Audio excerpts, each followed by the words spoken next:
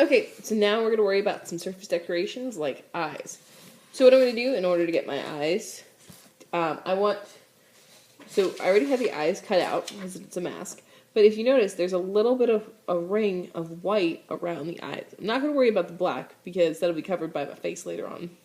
It's a little ring of white I want to add. So what I'm going to do is go to the edge of my paper again. Get my pencil. Again, I'm using a pen so you can see it. Making sure you don't accidentally go outside your lines like I literally just did. And I'm going to trace around. I'm going to do this for both eyes. And then again, just like the last time, when I go to cut it out, I'm going to cut it out bigger than my actual shape. Because when I go to cut that out later on, and notice I'm making one side bigger and one side smaller, because that's what I want it to look like. I can fold this in half and do a little snip. And then when I open it back up, I now have a place where I can stick my scissors and cut out the inside of that circle. So that when I'm done, this will be the perfect size to fit directly around the eyeball. And I will show you in 1 second. So, again, take it, and I can fit it just like that. See how it fits perfectly around?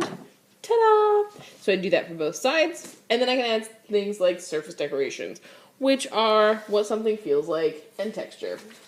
So this particular fish, this goldfish that I'm working with, has red stuff on the top of it, and I want to show that.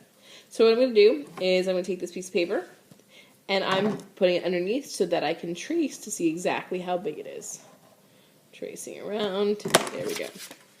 So now, and the top of it is a little bit more bumpy, so I can kind of move my paper, just kind of going up and down, so I get that bumpy texture of what the top of the head looks like. Because it's got a bunch of bumps. So, I'll keep doing that. Oops, got a little bit too much. And notice, I'm not even moving my scissor. I'm just using my other hand, the hand that I don't cut with, to get everything cut out. Okay. I'm going to flip it over.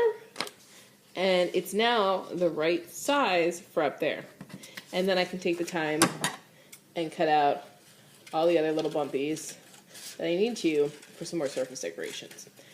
You can use hole punching, you can use any of those things, but you have to make sure that you have at least 2 of your three-dimensional cutting techniques somewhere on your animal. And then I can take this and I can glue it right up there. Kind of looking like a chicken more than a fish.